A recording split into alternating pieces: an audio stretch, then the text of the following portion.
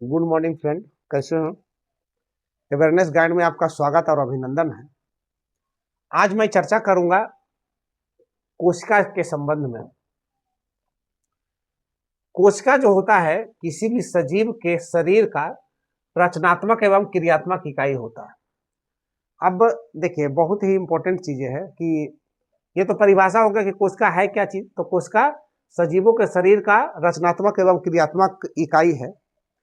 अब ये रचनात्मक और क्रियात्मक इकाई क्या होता है, क्या मीनिंग हुआ रचनात्मक और क्रियात्मक का? तो रचनात्मक और क्रियात्मक का सीधा सीधा मीनिंग है कि सजीवों के शरीर का रचनात्मक इकाई कोशिका है। मीन्स इसका मीनिंग हुआ कि सजीवों के शरीर का निर्माण रचना कोशिका से हुआ है। ठीक है, जैसे हम ईटा देखा, ईटा ईटा क्या होता है? ईटा पर ईटा जो है सरिया कर इस तरह से हम क्या खड़ा कर देते हैं, दीवार खड़ा कर देते हैं। हमारा कोशिका भी वही है, हमारा अंग भी वही है। कोशिका को ये ईटा को मानो दीवार, ईटा को मानो कोशिका। ठीक है, और ये एक कोशिका, दो कोशिका, तीन कोशिका, तह पर तह मिलते जाता है तो हमारा क्या हो जाता है? अंग का निर्माण हो जाता है। और अंगों से हमारा क्या हो जाता है? शरीर का निर्माण हो जाता है। ठीक है, तो मीन साफ साफ है कि रचनात्मक इकाई का मतलब हुआ कि कोशिका से ही सभी जीवों के, सभी सजीवों के अंगों का रचना हुआ है। और क्रियात्मक इकाई मीन्स हुआ कि सजीवों के अंदर जितने तरह की क्रियाएं होती है, जितने तरह का जो है क्या होता है, जितने तरह का फंक्शन होता है, वो सारे फंक्शन सारे जो है कोशिका में होता है। वो सारे फंक्शन क्या होता है? सारे कोशिका में होता है। चाहे कोई भी काम हो, जैसे सांस लेने की काम है, जैसे हम सब सांस लेते हैं। ये जब सांस हम ये किए, इनहेल किए, तो हमारे बॉडी का जितने कोशिका है ना, वो सारे में जो है क्या हुआ? सांस की प्रक्रिया हुई। मीन्स जितने भी तरह का कार्य या प्रक्रियाएं हमारे बॉडी में होती है वो सारे कोशिका के अंदर होती है। यही कारण है कि कोशिका को सबसे छोटा सजीव इकाई भी कहते हैं। ठीक है, अब अब कोश अब हमारा जो ये होता है, हमारा जो जीव होगा वो एक कोशिकीय भी हो सकता है, बहुकोशिकीय भी हो सकता है। तो अब बहुत सारे कोशिकीय जीव भी है, जैसे अमीबा। अमीबा क्या है? अमीबा देखेंगे तो अमीबा में एक ही कोशिका होता है, इसलिए अमीबा को एक कोशिकीय जीव कहते हैं। और लगभग जो है बहुकोशिकीय होते हैं। कोशिका के प्रमुख भागों को देखा जाए तो केंद्रक जो है उसमें से एक इंपॉर्टेंट भाग में से आता है। केंद्रक है क्या चीज? तो जैसे हमारे शरीर का दिमाग है, हमारे शरीर में दिमाग है, उसी तरह से कोशिका में क्या पाया जाता है? केंद्रक पाया जाता है। क्योंकि कोशिका के अंदर सारे क्रियाओं को नियंत्रित कौन करता है? यही केंद्रक ही करता है। इसलिए केंद्रक को कोशिका का दिमाग, कंट्रोल सेंटर और हर गतिविधि को नियंत्रित करने वाला कहा गया है। अब यहां से देखेंगे कि कोशिका में दो चीजें बहुत इंपॉर्टेंट होता है। क्या क्या चीज? एक डीएनए। केंद्रक के अंदर डीएनए पाया जाता है और गुणसूत्र पाया जाता है। क्या पाया जाता है? गुणसूत्र। ये दोनों का फंक्शन को देखें। डीएनए जो है क्या करता है? ये अनुवांशिक क्रियाओं को नियंत्रित करता है। क्या करता है? अनुवांशिक क्रियाओं को नियंत्रित। ये लगभग जो है 2 मीटर लंबा होता है। अगर डीएनए को बड़ा किया जाए तो ये लगभग जो है 2 मीटर के आसपास होगा। ये जो 2 मीटर होगा, इसको अच्छे से सरिया कर कौन रखता है? ये गुणसूत्र रखता है। जैसे देखते हैं, अगर बहुत सारा 100 गो लकड़ी है तो उसको रस्सी से बंडल बांध के रखते हैं। तो लकड़ी का इस तरह का जो लकड़ी जो इस तरह से हुआ उसको मानिए डीएनए। क्या चीज? डीएनए।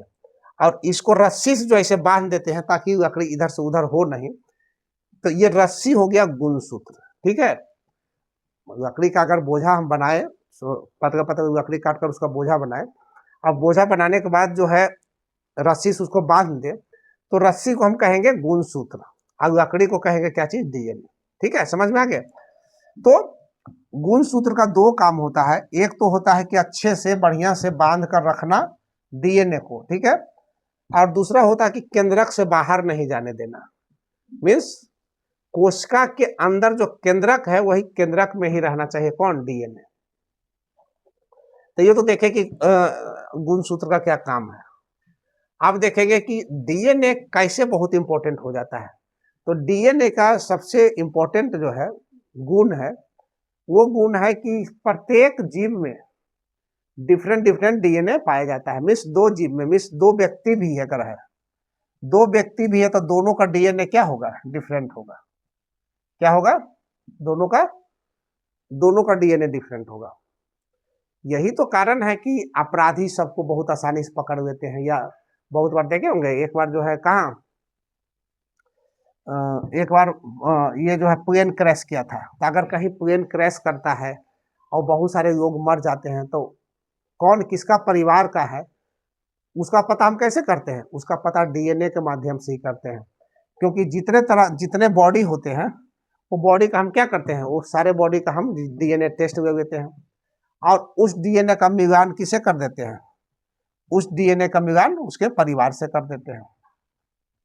तो जिसका डीएनए जिससे मिल जाता है वो बॉडी जो है उसका परिवार का, उसका सगी संबंधी है और उसको हम क्या कर देते हैं? सुपुर्द कर देते हैं।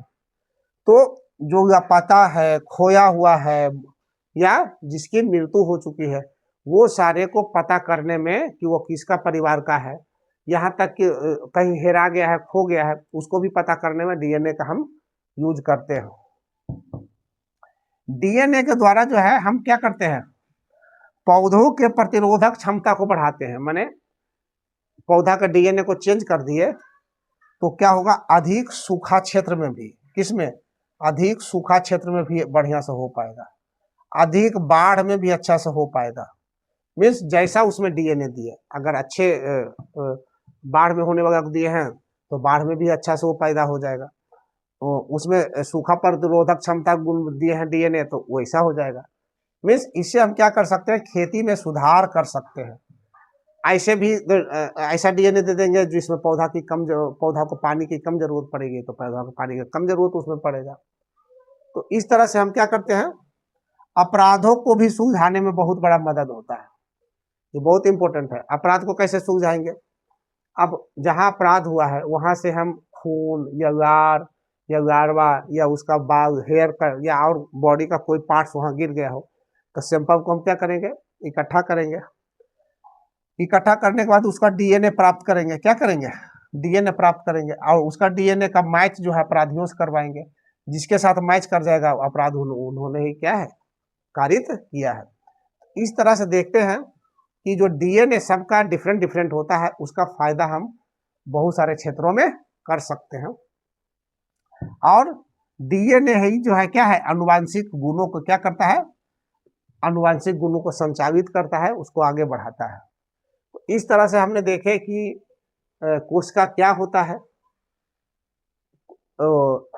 संरचनात्मक और जो है रचनात्मक और क्रियात्मक इकाई क्या चीजें हैं।